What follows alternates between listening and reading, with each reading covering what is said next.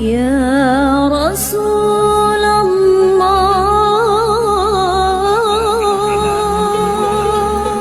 Yang tentu tidak asing lagi bagi kita terkait dengan virus corona ini. Yang namanya segala sesuatu yang terjadi Kesuran. dan Allah Subhanahu wa taala.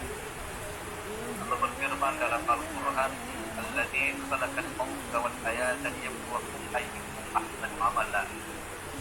Ini Allah yang menciptakan kematian, Allah yang menciptakan kehidupan. Liyabluwakum ayyukum ahsanu amala. Berpuji siapa yang terbaik amalnya di antara kita. Ini adanya corona ini yang kita semua tidak lepas dari ujian. Bagaimana cara kita menyikapi virus corona ini? Nah, pemirsa yang dirahmati Allah Subhanahu wa taala. Dengan adanya virus corona ini, macam-macam orang menyikapi adanya virus corona. Nah, karena itu cara kita menyikapi itulah kualitas iman kita kepada Allah Subhanahu wa taala. Jadi Ramadan yang saat sekarang ini itu tidak seperti biasanya, tapi insyaallah ibadah itu tidak mesti harus di masjid. Ibadah itu tidak mesti harus di tanah suci, tapi ibadah itu di mana kita berada. Berzikir kepada Allah, beribadah kepada Allah, mengingat Allah di mana saja dan kapan saja dalam waktu apapun. Allah berfirman, "Alladzina yadhkuruna Allah qiyaman wa qu'udan wa 'ala junubihim." Jadi orang-orang itu berzikir kepada Allah baik di waktu dia berdiri, baik di waktu dia duduk, maupun waktu dia terbaring. Selalu ingat kepada Allah Subhanahu wa taala. Jangan kita anggap bahwa Allah itu hanya ada di masjid. Allah itu hanya ada di tanah suci. Wa idza sa'alaka 'ibadi anni fa inni qarib. Berfirman dalam Al-Qur'an, jika mereka bertanya tentang aku, fa inni qarib, katakan aku dekat. Jadi kita bisa beribadah di mana saja, termasuk di rumah kita bisa beribadah. Nah, pemirsa yang dirahmati Allah, mohon maaf saya pakai kacamata karena saya sakit mata. Insyaallah mudah-mudahan bukan corona. Jadi beribadah itu bisa di rumah. Ya. Tarawih bersama keluarga, salat berjamaah. Kata Nabi SAW, salatul jamaah afdalu min salatil fardhi bi 27 darajah. Salat berjamaah itu lebih afdal dibanding salat sendiri dengan 27 derajat. Nah, berjamaah di sini ya tidak mesti harus di masjid, di rumah pun insyaallah kita bisa mendapatkan pahala salat berjamaah 27 derajat. Nah, pemirsa yang dirahmati Allah, lagi-lagi saya katakan bahwa corona itu adalah ujian.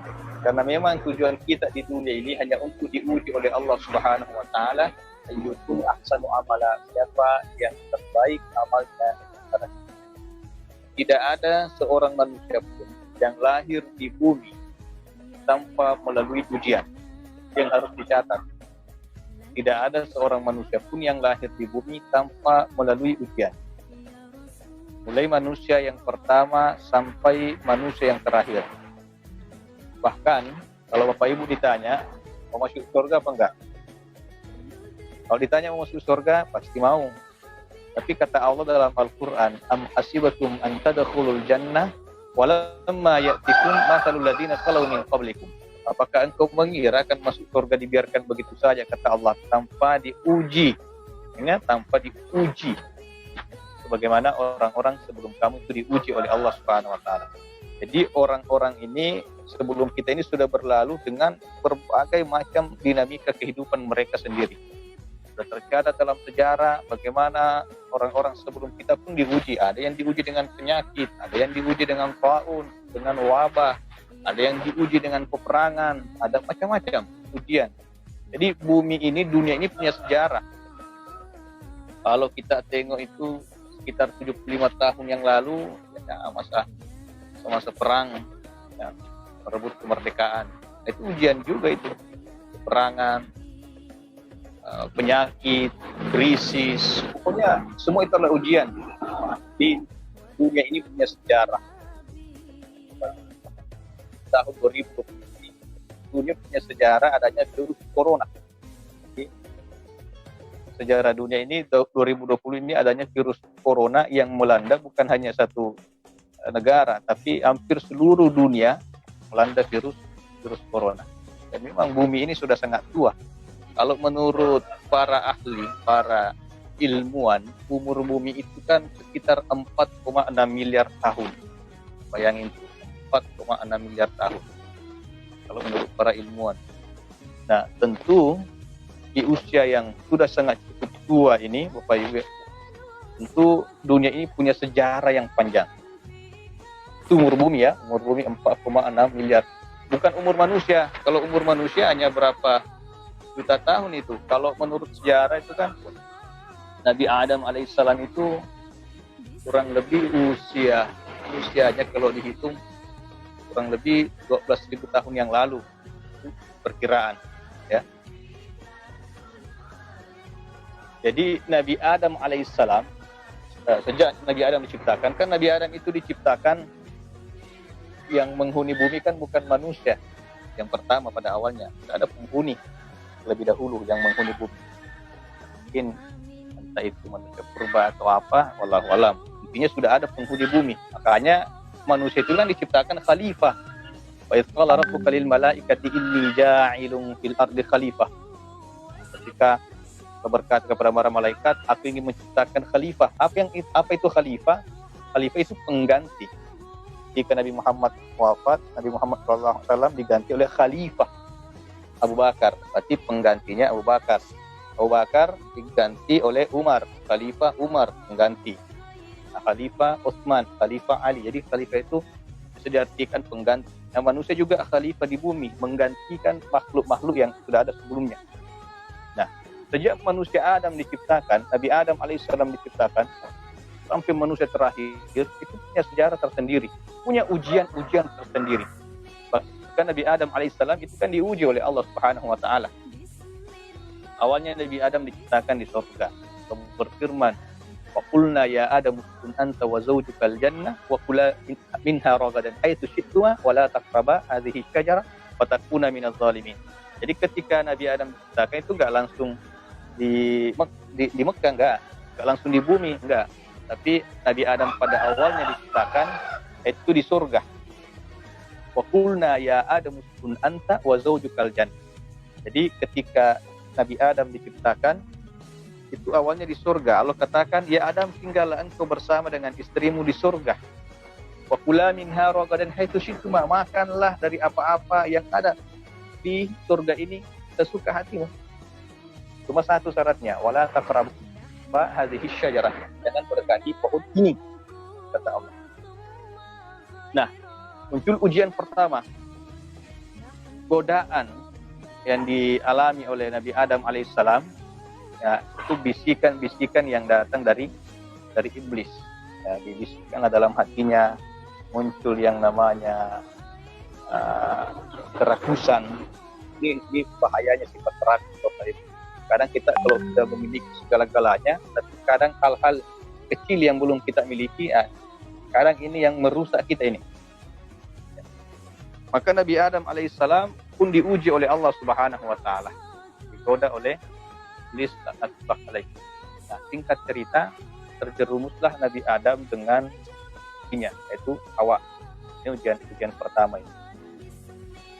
Nah, ketika Nabi Adam alaihissalam mengalami ujian tadi ini, kemudian setelah Nabi Adam dilarang memakan hadhihi syajarah, kata Allah, pohon ini bukan pohon khuldi. Pohon khuldi itu istilah yang diberikan oleh iblis. Khuldi itu kan artinya abadi. Kata iblis, kalau kau makan buah ini, kau akan abadi. Namanya buah khuldi. Itu istilahnya iblis. Nah, singkat cerita, Nabi Adam pun melanggar. Nah, maka Nabi Adam dikeluarkan dari surga. Ihbitu misran ihbitu minha qulna ihbitu minha jami'a. Kata Allah, turunlah engkau turunlah engkau bersama dengan istrimu. Turunkanlah di bumi. Jadi ujian demi ujian. Bayangkan Nabi Adam yang awalnya berada di surga, tapi karena satu kesalahan dikeluarkan dari surga. Coba, Nabi Adam awalnya di surga, satu kesalahan dikeluarkan dari surga. Kita tinggal di dunia, banyak kesalahan, banyak dosa, pengen masuk surga. Ini logikanya di mana? Akan tetapi Bapak Ibu yang dimuliakan Allah, ketika Nabi Adam kemudian menyadari bahwa dirinya bersalah, nah disinilah ketika Allah memerintahkan qulnah bitu minha jami'a, turunlah kalian sekalian. Maksudnya Nabi Adam turun, Hawa turun, iblis pun ikut turun. Jadi iblis kan dari awalnya kan di surga, disuruh juga turun. Perbedaannya adalah cara menyikapi ujian. Nah, ini harus digarisbawahi. Ujian itu pasti ada, tapi bagaimana cara menyikapi ujian, nah itu tergantung dari kita. Kalau Nabi Adam alaihissalam caranya menghadapi ujian, menyikapi ujian dari Allah, itu dengan bertaubat kepada Allah. Jadi taubat itu artinya kembali. Taubat artinya kembali. Nabi Adam berdoa, Rabbana zalamna anfusana wa illam taghfir lana wa tarhamna lanakunanna minal khasirin. Itu doa Nabi Adam ketika dikeluarkan dari surga. Rabbana, ya Allah, zalamna anfusana, kami telah berbuat zalim, aniaya terhadap diri kami sendiri.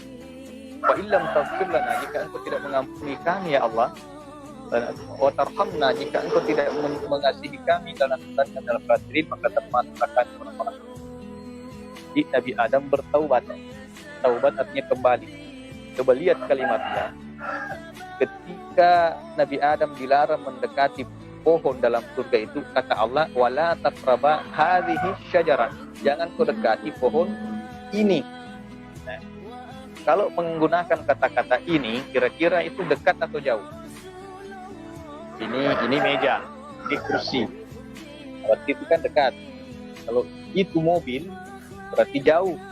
Artinya seolah-olah Allah ingin katakan bahwa ketika Nabi Adam berada dalam surga, Allah itu dekat dengan Nabi Adam sehingga Allah katakan pohon ini, nah, bukan itu, kan?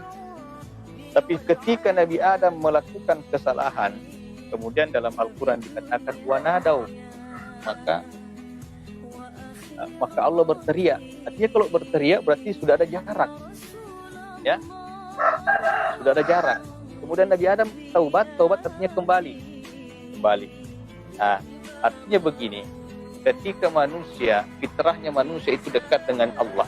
Tapi ketika manusia berbuat kesalahan, maka ia pun menjauh dari Allah. Jauh. Dan ketika ia taubat artinya kembali, maka ia kembali kepada Allah. Maka dalam hadis qudsi dikatakan, Allah berfirman, wahai hambaku, siapa yang mendekatiku sedepa, maka aku akan mendekatinya sehasta. Siapa yang berjalan kepada aku, maka aku akan berlari kepadanya. Siapa yang mendekatiku sejengkal, maka aku akan mendekatinya sehasta. Siapa yang mendekatiku sehasta, maka aku akan mendekatinya sedepa. Artinya ketika kita kembali kepada Allah, Allah lebih senang. Allah lebih senang untuk kita bertaubat kepada Allah Subhanahu wa taala. Maka Allah katakan, innallaha yuhibbut tawwabina wa yuhibbul mutatahhirin. Sesungguhnya Allah cinta orang-orang yang bertaubat dan orang-orang yang mensucikan diri. Nah, inilah kemudian ujian Nabi Adam alaihissalam. Apakah hanya sampai di situ? Oh, ternyata tidak. Sampai di bumi juga Nabi Adam pun diuji.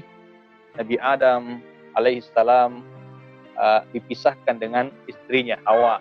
Bayangkan di bumi yang begitu luas hanya ada dua manusia, Adam dan Hawa. Dalam sebuah riwayat, Nabi Adam diturunkan di India, kemudian Hawa di Jeddah.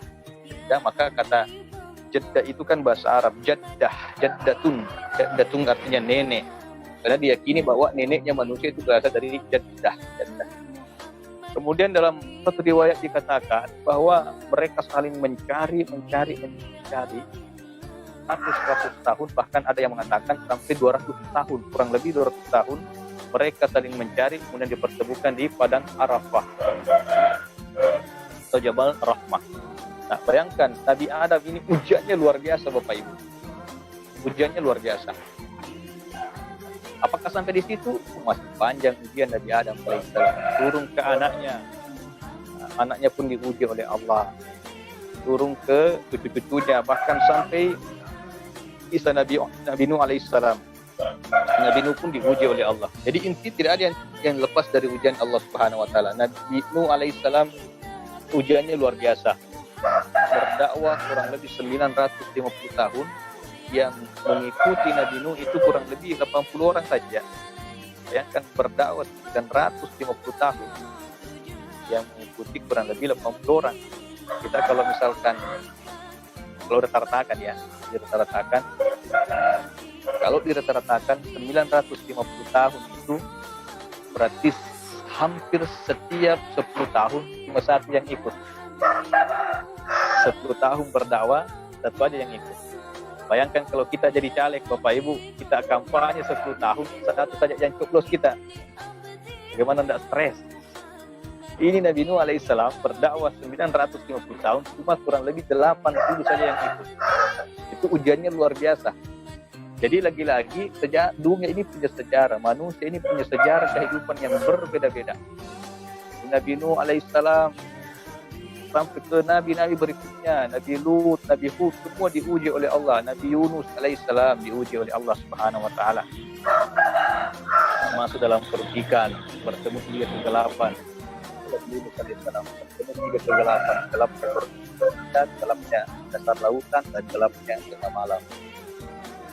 Nabi Ibrahim alaihissalam diuji oleh Allah, dibakar hidup-hidup. Bayangkan Nabi Ibrahim alaihissalam dibakar hidup-hidup. Diuji menghadapi bapaknya, diuji menghadapi istrinya yang sudah lama kawin, belum punya anak. Kan ujian juga itu. Lahir lagi anaknya, diuji lagi dengan anaknya, disuruh sembelih anaknya. Ujian yang luar biasa itu. Ya. Jadi dunia ini punya sejarah, manusia juga punya sejarah atau ujian masing-masing. Nabi Musa alaihissalam juga diuji oleh Allah Subhanahu wa taala. Nabi Musa menghadapi Fir'aun. Bayangkan Fir'aun yang dihadapi.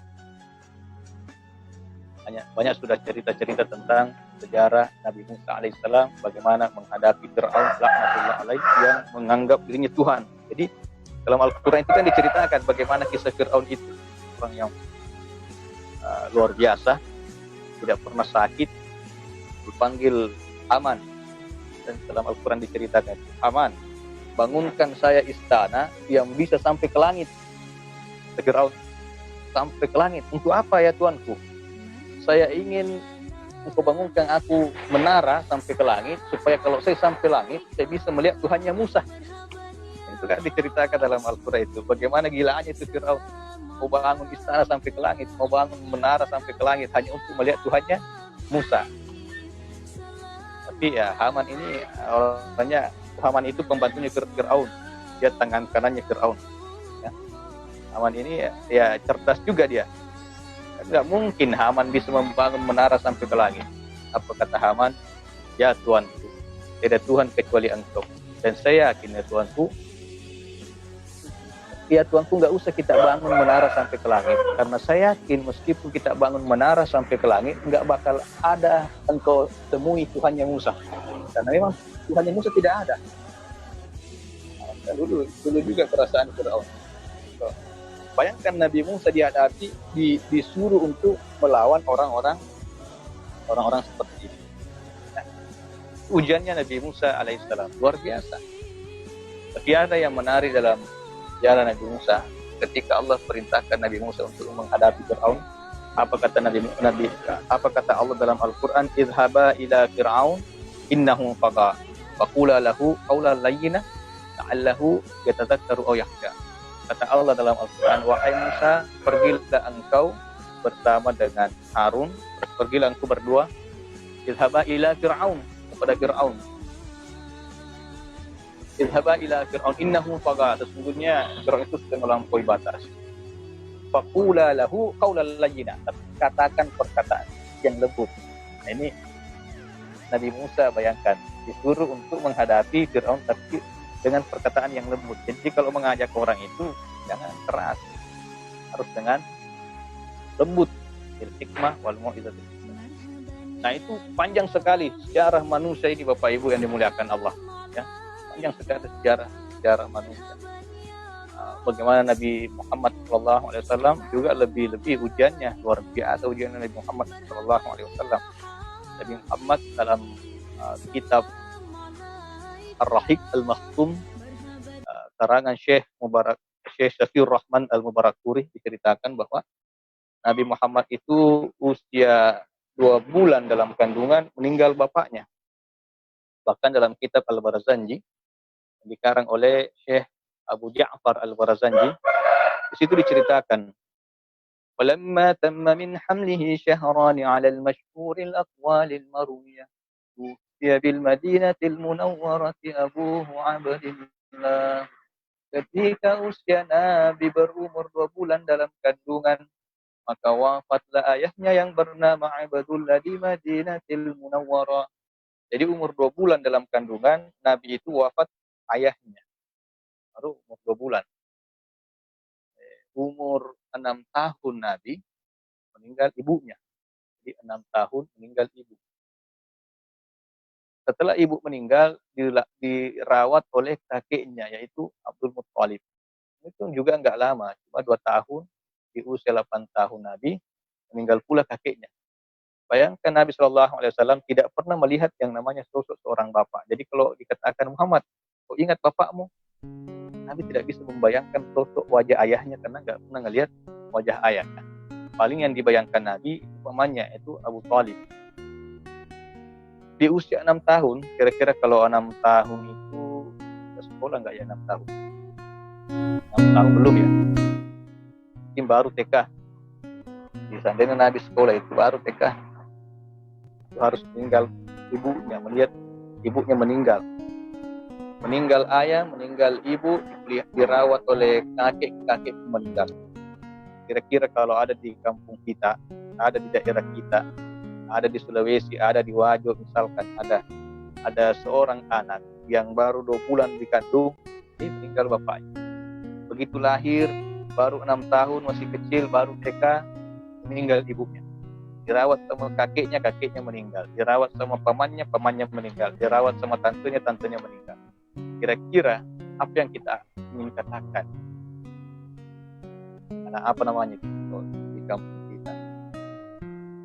Sial, cilaka. Cepatnya kita mengambil kesimpulan. Berani tidak kita katakan Nabi Muhammad itu anak sial? Itu Nabi Muhammad SAW yang alami sendiri. Ternyata ada hikmah semua di baliknya. Ada hikmah. Apa hikmah di baliknya? Salah satunya ialah Nabi itu tidak punya dosa terhadap kedua orang tuanya. Nabi tidak punya dosa kepada bapaknya. Bagaimana mau punya dosa kepada bapak? Enggak pernah ngelihat bapak. Tidak punya dosa kepada kedua orang tuanya. Karena dosa-dosa besar itu, satu syirik kepada Allah, yang kedua uququl walidain, durhaka kepada kedua orang tua. Jadi hati-hati Bapak Ibu menjelang Fitri ini, kalau bisa yang belum mau minta maaf kepada orang tuanya, mari kita meminta maaf kepada kedua orang tua, karena surga itu berada di telapak kaki ibu. Jangan bermimpi masuk surga kalau Anda durhaka kepada kedua orang tua. Jangankan masuk surga, mencium aroma surga saja tidak akan mampu. Banyak di antara kita yang menyiksa orang tua dengan kerinduan. Orang tua itu kan di usia-usia senja butuh kehadiran sosok seorang anak di sampingnya. Bukan hanya materi, meskipun tiap bulan kita kirim uang, tapi yang orang tua butuhkan juga adalah kasih sayang, kepedulian, sentuhan tangan anaknya. Apalagi di usia-usianya yang senja. Karena Nabi SAW itu salah satu hikmah wafatnya orang tuanya, Nabi tidak punya dosa kepada orang tua.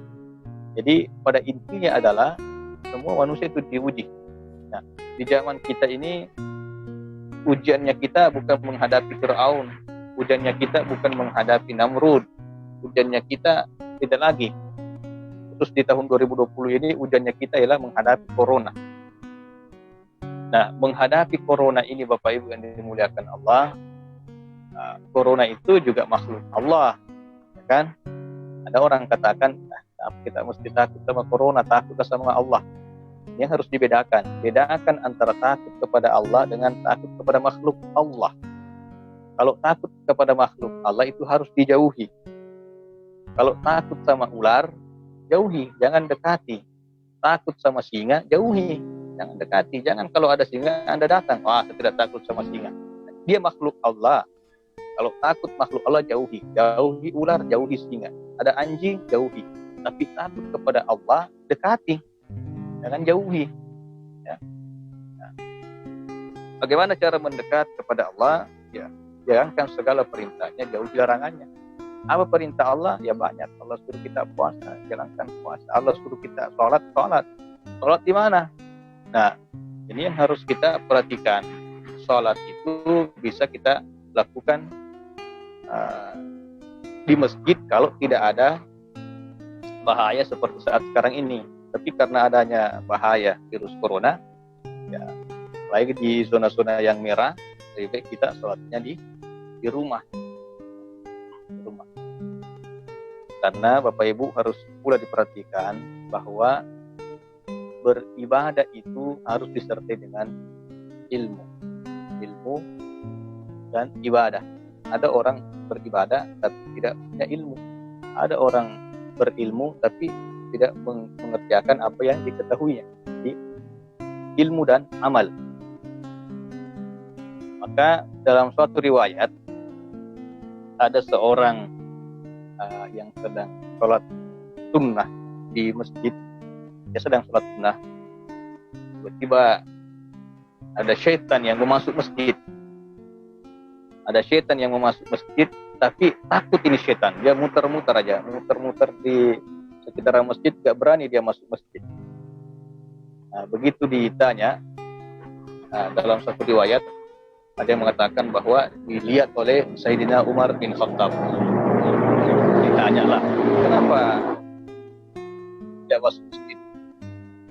Apa kata syaitan? Ya, saya ingin masuk. Tujuan saya untuk menggoda orang yang sedang sholat sunnah. Tapi saya takut sama siapa? Saya takut kepada orang yang sedang tertidur itu. Lah, kenapa Anda takut sama orang tidur sementara Anda mau masuk menggoda orang yang sholat? Katanya orang yang sholat itu dia beribadah tanpa ilmu. Jadi kita jadi goda, ya, langsung hilang lagi pikirannya. Jadi kita jadi goda, melenceng lagi pikirannya, melenceng lagi hatinya, karena dia beribadah tanpa ilmu. Sementara orang yang tidur, saya takut. Kenapa? Sebelum ia tertidur, ia berzikir kepada Allah, ia berlindung kepada Allah, dia tidak berani. Bayangkan pentingnya yang namanya ilmu. Kalau Bapak Ibu yang dimuliakan Allah, jadi Allah sengaja, Allah memang menguji kita dengan adanya virus corona ini. Dia meluakum ayyukum ahsanu amala, untuk menguji kita siapa yang terbaik amalnya di antara kita. Tapi saya sudah lowbat juga ini.